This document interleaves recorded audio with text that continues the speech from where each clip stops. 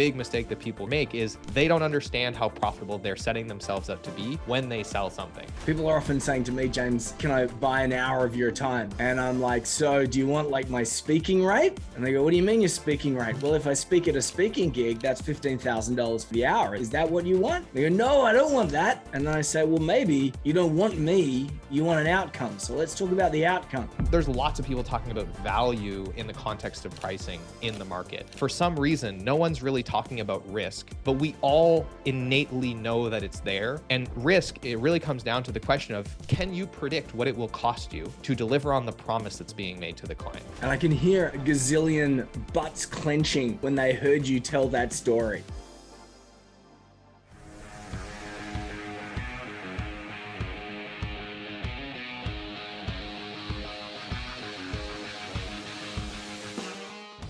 If you're a consultant or a freelancer or an agency owner, if you sell your knowledge, your time, your expertise, one of the toughest things to get right is pricing, because you don't want to price too high and lose the work, but you definitely don't want to underprice either and end up over-servicing clients, because that's the surest path to going backwards. So today we're going to be talking about how to price your service to improve profitability. And to help me out, I have the number one guy on the planet that I know of to answer this particular question when it comes up. And that is Marcel Petitpas. He's the founder of Parakeeto, and his business helps agencies and consultants measure and improve their profitability.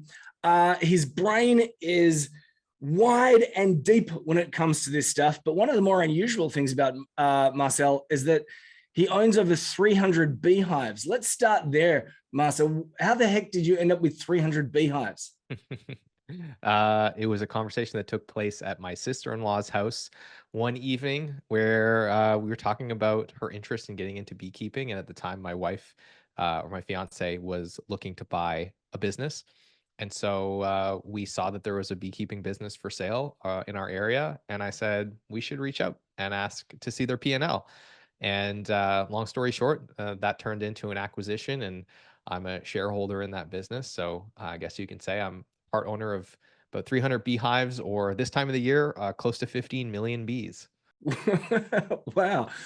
Is there any crossover between running beehives and pricing knowledge-based products?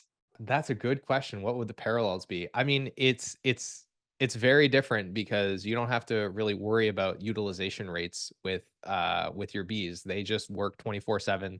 They don't fill out timesheets. You don't have to worry about them slacking off. They live to work. So it's a pretty stark contrast to working with human beings. And yeah, I wouldn't say that there's a whole lot of parallels there. It's a totally different business model, and that's been a really fun experience for me to just like have this whole new world opened up and get to apply my nerd hat and my nerd lens to this whole new thing that I have never done before.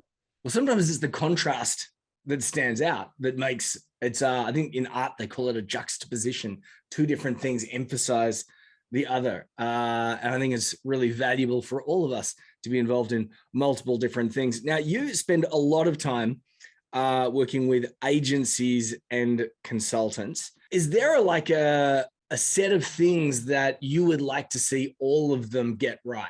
Like a holy trifecta or something like that? The outcome that I think everybody's trying to get to is growing, increasing their profitability, and having their team or themselves work less time, less overtime, less weekends, essentially being less stressed. And most of the clients that we work with long-term are able to achieve all three of those things at the same time, which is something not a lot of people think is possible. There's a belief that if you're going to grow, if you're going to increase your profitability, it's going to come with a direct trade-off with at least one of those things. And so when we nail pricing and we really understand profitability, those things become possible because we have control of the levers that drive those outcomes. And as well, too, if we don't get the pricing right, when you look at things like teams, you can't afford to have a team. So you end up doing it all yourself. And then if you can't afford to have a team, it's really hard to grow because you're the bottleneck in your own business. So it all keeps coming back to this idea of profitability. So let's talk about this, how to price my services. What's one of the biggest mistakes that people make when it comes to pricing a service? This is such a crazy thing because I get to talk to probably a half a dozen agencies every single week, and I ask them almost all this same question, which is, tell me about how you arrive at a price for a client. What is your process for determining how much money to ask them for? And almost everyone answers in the same way. Whether they sell an hourly engagement or they sell flat rates or they sell based on value or they do retainers, or there's all kinds of different pricing models. When we think about what is the underlying heuristic to arrive at a price, everybody uses essentially the same framework, which is figure out how much time we think it's going to take. Maybe we add some contingency to that or some padding in case it takes a little bit longer than we expect, and then multiply that time by some kind of an hourly rate that we want to achieve or that we expect to achieve. And that gets us roughly to what we need to ask the client for. And there's nothing fundamentally wrong with that methodology. But then I ask another question, which is really important. I say, that rate that you're multiplying time by, how did you arrive at that? And how profitable do you expect to be on that rate? And almost nobody can give me a straight answer to that question. The answer I usually get is, well, we looked at what other people are doing. This was the rate we charged at the firm when I took over or at the last company I was at. So when I left to start my own, firm, I just took that same rate and started charging people that. And so that seems to me like a really big problem. If you don't know how profitable you expect to be when you sell something, then you probably shouldn't be surprised if the profitability of the business seems unpredictable to you and is maybe falling below your set of expectations. And so the first big mistake that people get is or make is they don't understand how profitable they're setting themselves up to be when they sell something. And so how do they resolve that? If like the fundamental underlying building block is the hourly rate that they're beginning with, should they be starting there or should they be coming from somewhere else? How do we resolve that? Well, the first resolution is taking a margin first approach to pricing. So the math we use to arrive at a price should be based on a margin that we want to achieve. And that margin that we want to achieve should be based on our understanding of what needs to be true for our business to accomplish the objectives that we have for it from a profitability perspective. And whether we want to arrive at that hourly rate based on margin and then still use that heuristic, that's fine, as long as that hourly rate was arrived at thinking through margin. But I would argue that even the intrinsic relationship between hours and dollars can be problematic. And this is the second mistake that I see a lot of people make. So I'll talk about that and then we'll talk about the solution for it. Is when they use this framework for the price, what I often see is that the scope and the price are now intrinsically linked via hours and the hourly rate. And that's problematic because the price is something that we talk to the client about. It's answering the question, what will we be paid for this? The scope is a very different question, related but different, which is the question of what will it cost us to do this work? But when the only way to move the price is by changing the scope, we have a problem. Because if we go to a client and we say, hey, James, you asked me to build you a new website, and based on the proposal that we put together, it's going to cost $100,000 to build that website.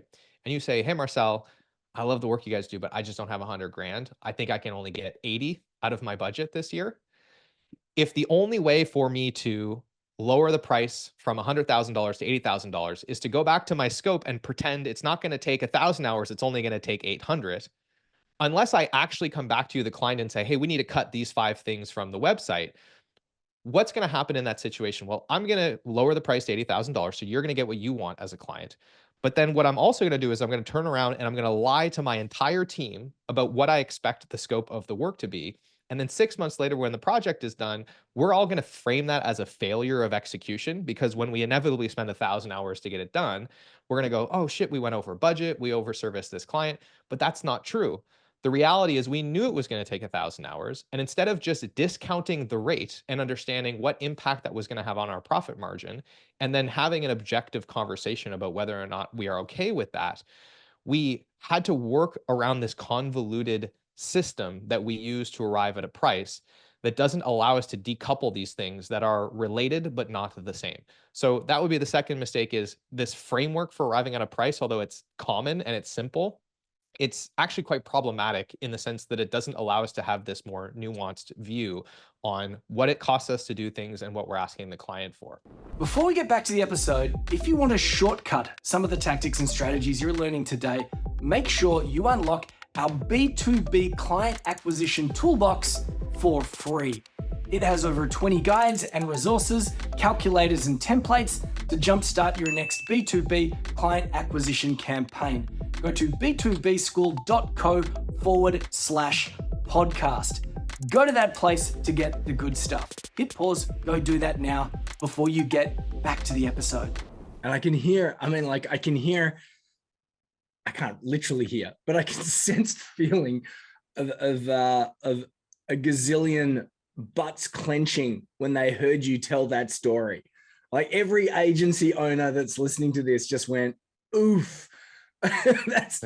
that's me, particularly that last bit when you're doing the debrief or you're doing the post-project mop-up and you're trying to work out when and how it went off the rails.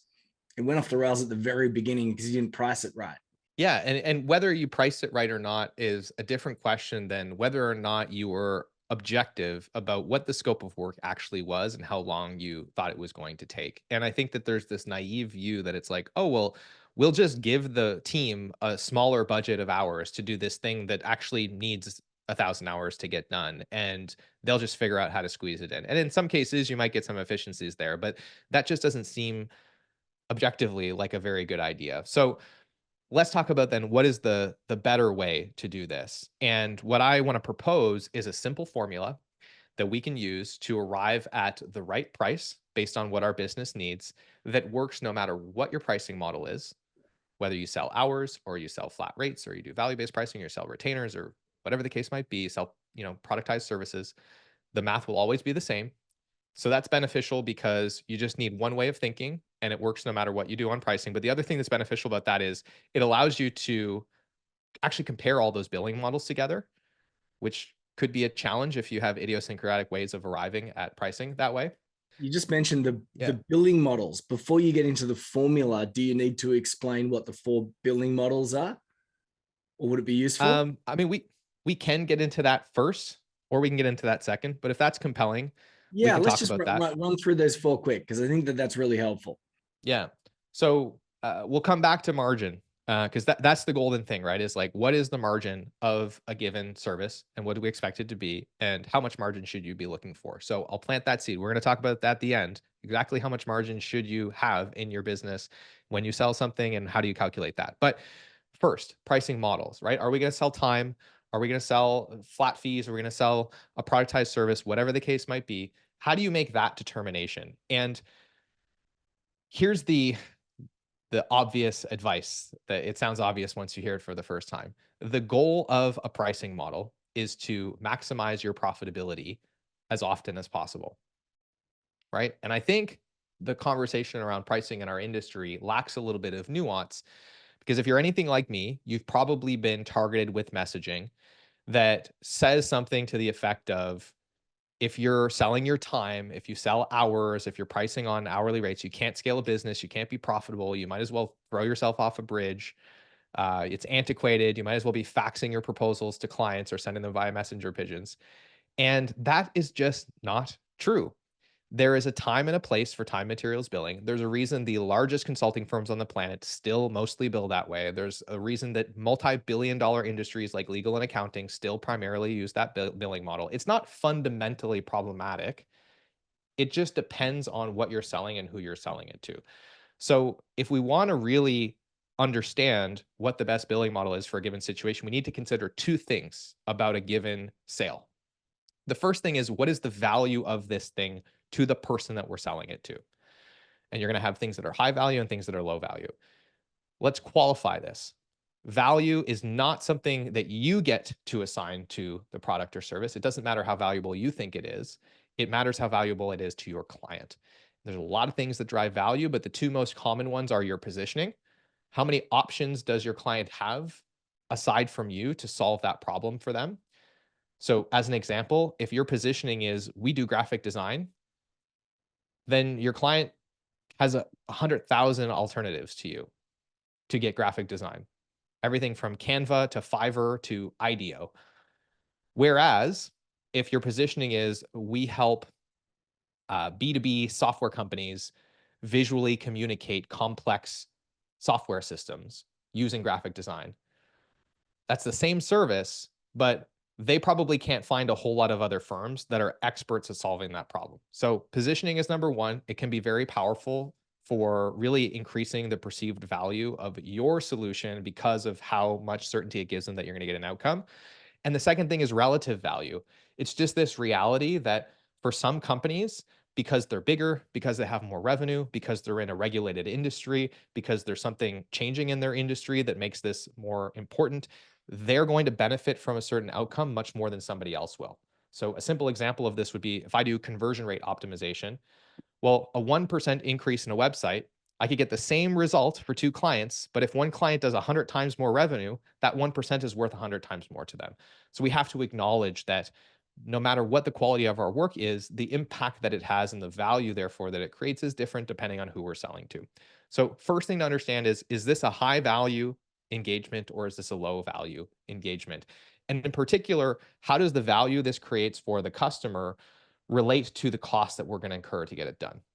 And if you're in the situation where you can do something that's going to cost you, I don't know, $5,000 to produce, but it's going to have a $5 million impact on the client, that's a good kind of value wedge that you might want to try to explore more of a value based pricing conversation with that client to try and capitalize on some of that upside.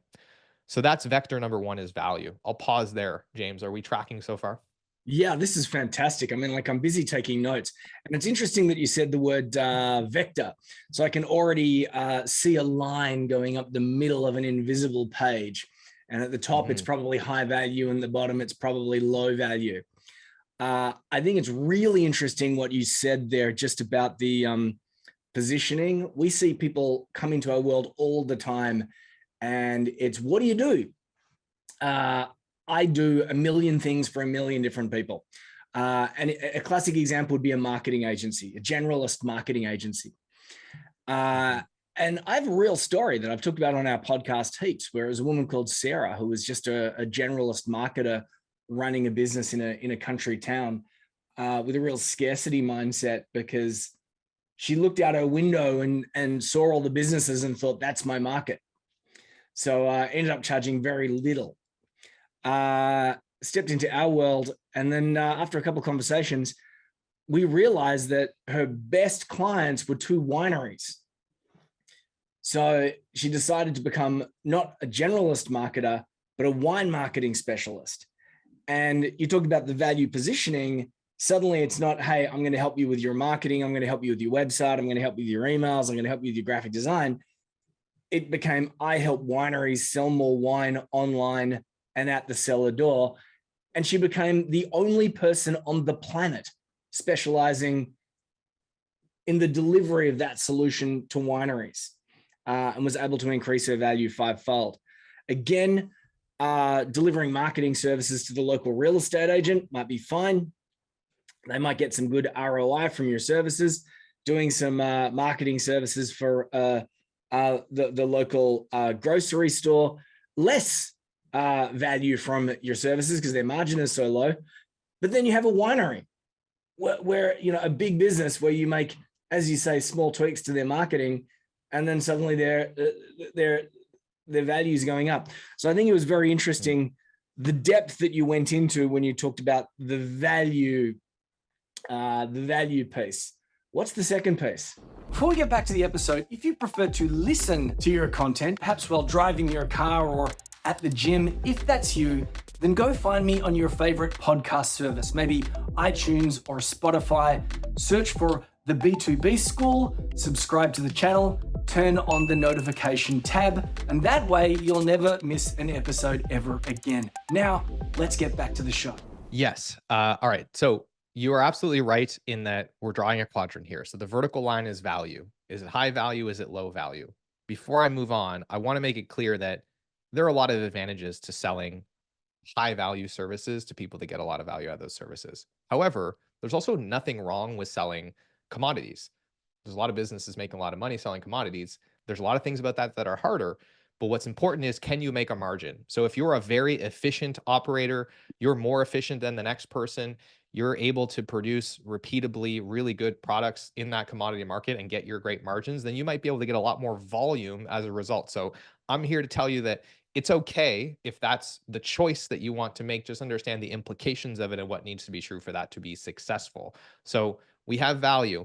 The second thing that we have to consider, and there's lots of people talking about value in the context of pricing in the market. For some reason, no one's really talking about risk, but we all innately know that it's there. And I find that a lot of agency owners and consultants, they intuitively consider this in their pricing without necessarily objectively thinking about it.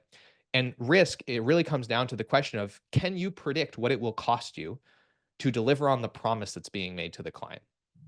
So I'll give you an example of this. If the deliverable is, I'm going to build you a landing page for your legal firm that helps you book personal injury claim consultations. And I've done 1,000 of these for 1,000 other legal firms. I have a template for it. I have all the hosting set up. Like, we have a process to onboard you, get your information. And I know, based on the time tracking data that I've collected, based on like doing this 1,000 times, that I can predict to within 20% exactly what it will cost me to give you that outcome with a high degree of certainty. That is a low risk service. Whereas if you come to me and you're one of the largest legal firms in the world, and you want me to completely rebuild your 100,000 page website on a brand new technology stack that's not very well supported, and build you a bunch of custom integrations and have an AI chatbot that gives people legal advice, would be very irresponsible for me as a software engineering firm to try and tell you how much time that's going to take, because there are far too many unknown unknowns. Like, you just can't predict how long that's going to take. That is inherently risky work. And I really take exception to the business advice out there when people say, what if I can't predict the scope of a job? And the answer that they get is, well, make the scope less risky. Sometimes that's just not an option. And there are people out there that are willing to pay a lot of money to have complex, technical, iterative problems solved. And there's a business to be built there. So rather than say, how do we make things less risky? I would rather ask the question, how do we design a contract that just allows that to be okay? That allows us to share with the risk with the client and go in and solve those problems in a way that's equitable, and that actually enables the process that we need to go through to solve that problem, which is going to be probably iterative. It's going to allow us to, instead of making a whole bunch of assumptions up front or taking a waterfall approach, we get to take the agile approach and say, let's do some work, learn what we learn, and adjust as we go. So we need to understand those two things. Is this a high value or low value engagement, or is this a high risk and low risk engagement? So we have the quadrant. And if we think about the bottom left-hand corner of that quadrant, we have high risk work that's low in value. In my mind's eye, I can now see a vertical going up the middle, which is high value to low value. And across, to make two lines, I can see probably high risk on the left to low risk on the right. You got it. Excellent. So now we've got a quadrant here, and we can start to plot pricing models as they fit within the quadrant for what you're doing. Exactly right. So if you are looking at a circumstance and you're saying, okay, this is high risk work and it's fairly low value, for example, we're selling kind of fairly generic engineering services, and we're building like small things that take a month or two to get done. We're talking about tens or hundreds of hours worth of work, and it's not a very specialized thing. We're building mobile apps for gyms or something like that. That is a high risk, low value engagement. And that's a really good place to be just selling hours and selling time, right? If we don't know how much time it's going to take to do something, that's a pretty good scenario where selling time makes a lot of sense, as long as the hourly rate that we've arrived at has the right margin, just like we talked about before. And as long as that's true, every time you sell an hour to someone, assuming that you get paid for it, and then you turn around and you pay your direct labor the right amount of money for that, you make money. And that is an incredibly scalable business model. And there are companies doing billions of dollars very profitably using that business model. So don't ever let anybody tell you that hourly is like some kind of death trap curse that you can't build a business on. It's just not true. All right. So that is a really good scenario for, small unit of time, low value, high risk work. And you can share risk with the client by saying, you pay us for our time. And since we can't predict how much time it's going to take to do this, then, we're going to work in this iterative way so we can solve problems, deliver value as quickly as possible, and then you'll pay for the amount of time that it takes to do that. Not saying that's an easy sale to make, but I'm saying that's a contract model that enables that. If we move up the chain, if it's high risk work and it's high value, so we're in the upper left-hand corner of the quadrant, this is where I like to look at abstracted time materials billing. And if you look at software development or website development companies or engineering companies that do really large scale projects, they tend to use the abstracted time materials model, especially when they have an agile approach to doing work. And all we're doing here is we're still selling time, but we are abstracting away from hours across two vectors, whether that's a time vector. So instead of selling hours, we're selling days, we're selling weeks, we're selling biweekly sprints, we're selling months of time. So larger blocks that have rounder edges, which allows us again to start to increase the amount of value that we get paid for that time unit because we're not focused on such a finite time unit. And it also allows us to actually gain some of the upside that comes with efficiency. Because if we sell a bi-weekly sprint, but then we get all the work done in 8 days, well, we still get to benefit from the fact that we were efficient because there's more slack in that time unit. And the second vector that we can abstract against is individuals towards teams. So for example, instead of saying, hey, this $1 million software engineering project is going to be this many hours at this rate, I might say this $1 million software engineering product is, going to be this much per sprint, like $20,000 per sprint for this cross-functional software development team. The backlog we currently have, we think, is anywhere from 60 to 80 sprints. And as we go through this process and new feature requests come in, or we want to change things, or we learn things as we go, we just update the backlog and give you another kind of range of how many sprints we think we're on. And what this really rewards is an account management process that's now about scope expansion instead of scope protection, which I think in a scenario like that, where we're going to learn and change a lot of things as we go, it helps us facilitate that process rather than trying to do a flat rate where every time something changes, we have to stop and renegotiate the contract. It's just going to get in the way of us working together. So that's the left-hand side of the quadrant, which is high risk, where I think time actually has a lot of utility as a business model. I'll pause there. Are we tracking so far, James? I'm sitting here furiously taking notes. I'm imagining how my video editor hopefully is going to draw this little quadrant over our heads if we can make that work. Yeah. So bottom left could be like, yeah, I've got a friend who's got a business called Diffy Social, DIFY Social, Do It For You Social. And in that particular instance, they are paid to post, social media posts on social media, which means that someone might be paying him by the hour, and then he has someone who he pays $50 by the hour. So sorry, someone might pay him $100 for an hour, and then he pays someone else $50 an hour.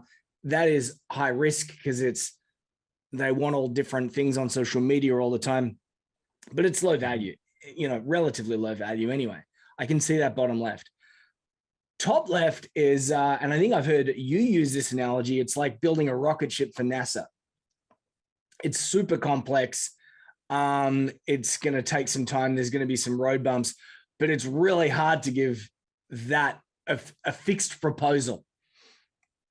So I can see how those two particular scenarios work. And as you said, there are businesses out there that are probably making a lot of money doing projects like building rockets for NASA. And then there are businesses like my friend Steve, where people pay him to manage their social media, and he gets paid by the hour, and he pays someone else by the hour a lesser amount. And as long as he can continue to do that, he will always have margin. Now, I will remind everyone that the first message that Marcel said was margin first before he moved on to the pricing model. And I do believe we're going to come back to that because I can see a theme here as we work through these particular models. So do you want to move to the right? Do you spend much time on TikTok or Instagram? Sometimes I like to drop some of my best tips and tactics over there, bite-sized strategies that you can watch and implement extremely quickly. If you're into short-form content, go search Mr. B2B or James Tuckerman on your favorite short-form platform, and I'll see you over there. Now, back to the show. Yeah. So now we'll go to the right. These are the pricing models that are very in vogue right now. And I don't want to make it sound like I'm like a time materials pricing guy. I'm just so sick of everybody crapping on those pricing models all the time when the reality is like they're useful sometimes. And we just talked about some scenarios, but there's some other pricing models that are really exciting too when we have low risk and we have the opportunity to arbitrage those. So if we think about the bottom right hand corner, this is low value work that's low risk. And this is where flat fees work really, really well. So if we come back to that example that I gave you earlier, which is building landing pages for, legal firms. If you come to me, James, you're a lawyer, and you say, "Hey, I need a landing page for my funnel, and I do personal injury," and you're like, "Yeah, great, I've done a million of those," and I say, "I can build one for you. It'll be $500 an hour." You might say, "$500 an hour? I don't even charge that, and I'm a personal injury attorney. I'm going to go find someone else." But if I said to you, James, you know what? No problem. I can get you a landing page. It'll be blazing fast, prove it and convert for your industry, and I can get it to you in 2 weeks, and it'll only cost you 5 grand. You might say, that sounds like a good deal, actually. Now, I might make $500 an hour, but that's not something that you're concerned about now because I have taken on the risk, given you a flat rate, which helps create the perception of value for you. And I'm arbitraging the fact that there's low risk in this process to help increase the amount of revenue that I earn every hour. And I can do that because I'm able to price the risk in. So even if it takes me 10% or 20% more time, I still end up on the right side of the equation relative to the hourly rate that I might be able to command in that situation, based on what is tolerated in that industry. So that is kind of the magic of a flat fee or productized service component, and really leveraging the fact that you have a predictable scope to take on risk and therefore charge more money and come in underneath that bet more times than you go in over it. What's hilarious about that scenario is that you talked about the lawyer wanting to get the landing pages done. Now, the lawyer is actually in the bottom left quadrant. They're billing in 15-minute increments, and probably then getting the junior burger within the firm to go and do the work anyway. So they're in bottom left, and then they're bitching and moaning about someone else charging by the hour in the bottom right quadrant. In the scenario, I think that's hilarious, but it's a reality that we see every day. People are often saying to me, James, hey, can I buy an hour of your time? And I'm like, so do you want like my speaking rate?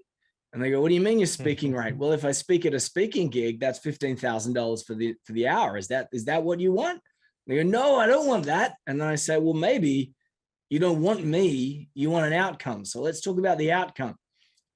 And then we might end up in flat fee territory. But what's top right? Yeah, top right, this is where we get into value-based pricing, the pricing model everybody wants to talk about. And don't get me wrong, I love value-based pricing. I think it's great, but time and place for that, right? So let's take this example of the landing page further. So when we have high value and low risk, right? And low risk is relative. We have low enough risk that we can price the risk into whatever price we're able to command from the client.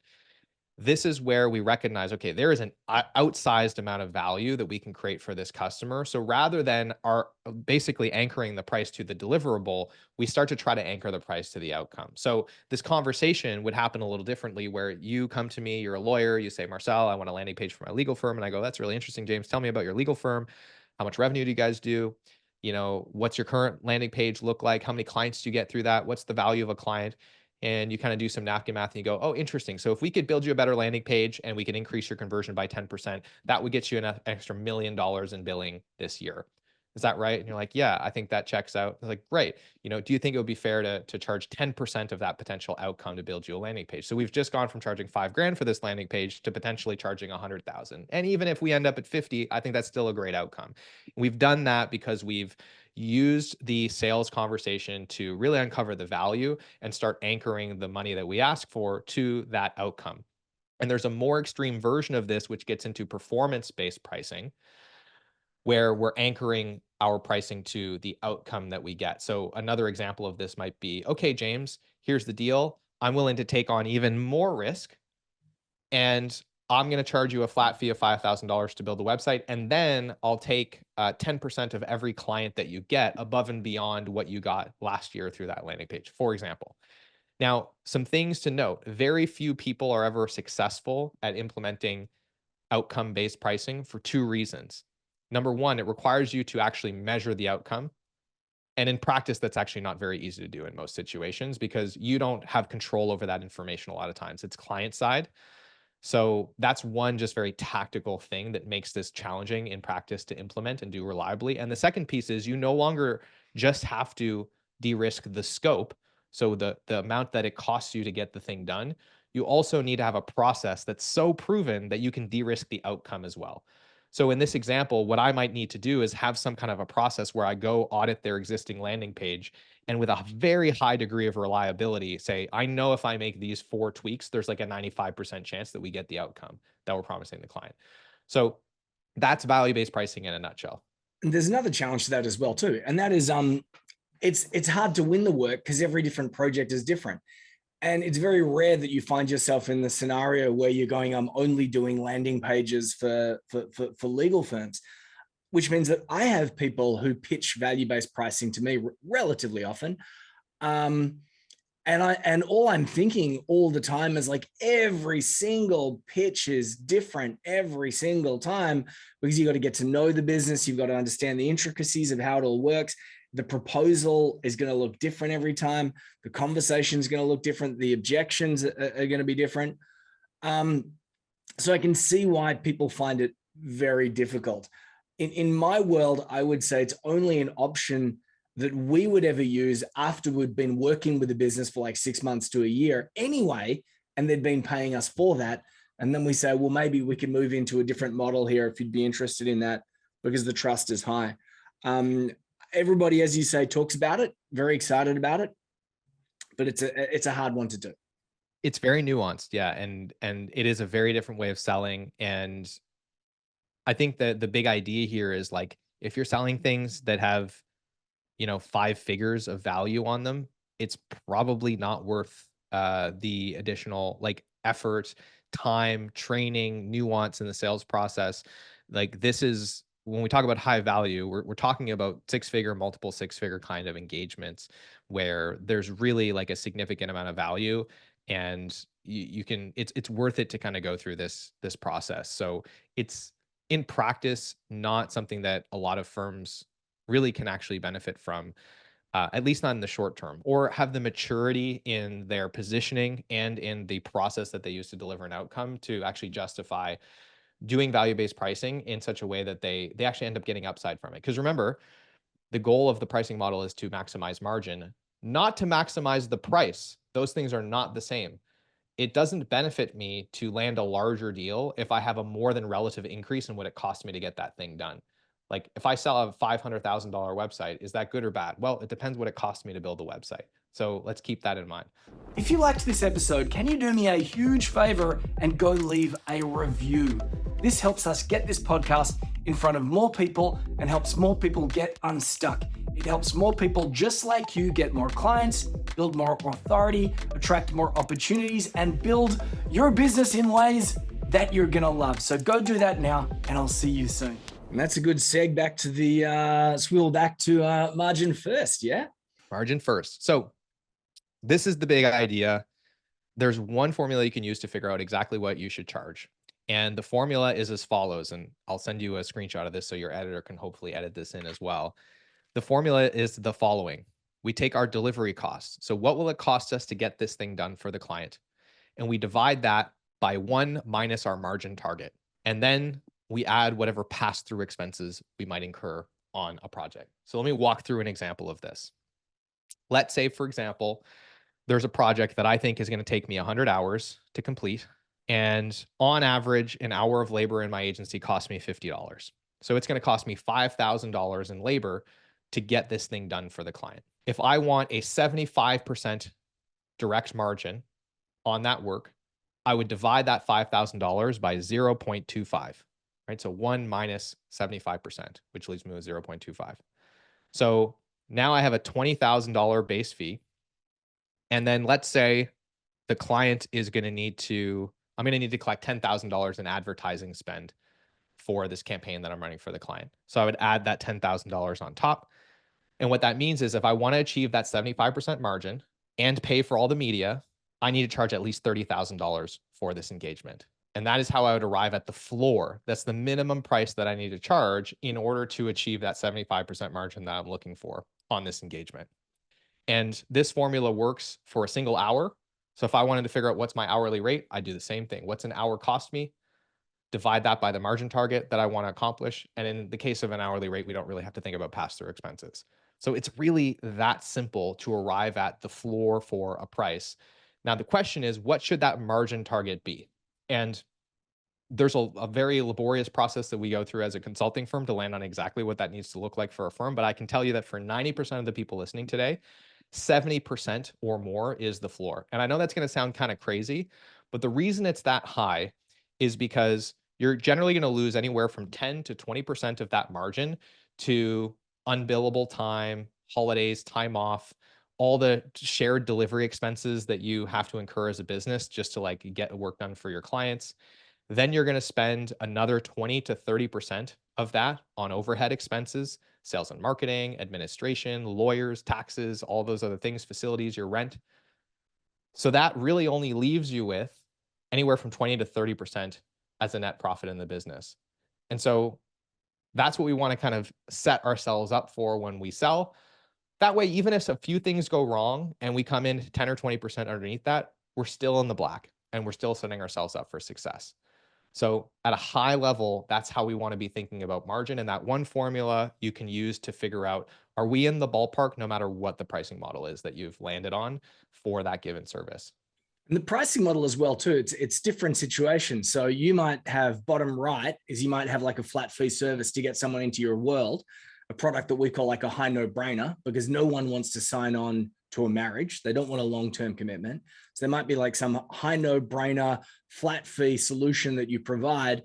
And then you switch into top left because you know it's going to be complex and you move people through sprints or phases or stages in your program. So you could actually be using a combination of these things as long as when it comes to your pricing, you're applying that formula, which I'm just going to repeat back to you just to make sure I've got it correct. There's the delivery cost at the top.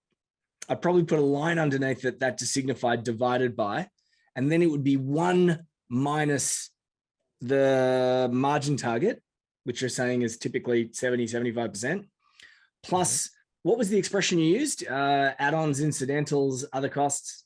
Pass-through expenses is how we would define it. So the pass-through expenses would be things, money that you collect from the client, but that you immediately have to go and pay another vendor for things. So media spend, like if you run a Facebook ads agency, the client gives you $50,000 a month, but then you go and spend $40,000 a month on Facebook ads. That's not a $50,000 client. It's a $10,000 client, right? That 40 grand was never yours. It was Facebook's.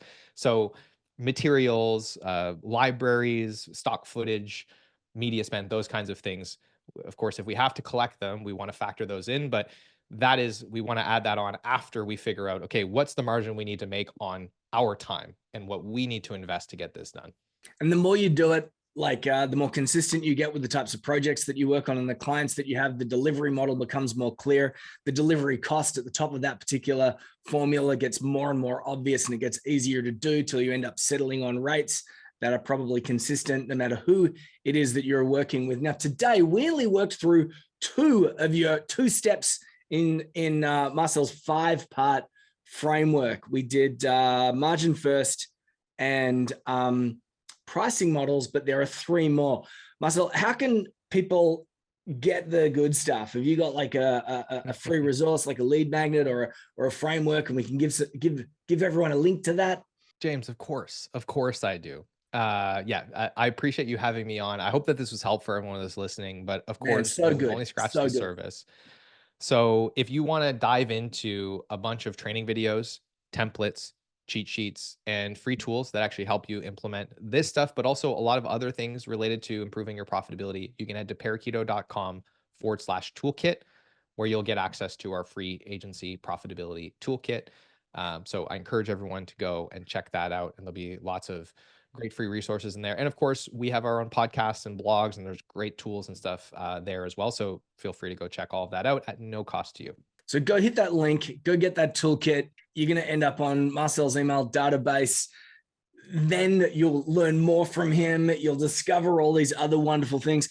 Because as I said at the very beginning, we're talking about how to price something that's complex, a service. And as I said, as Marcel has proven, that I believe that he is the guy, the best guy on the planet that you need to speak to if you're an agency and you need help boosting the profitability of your business.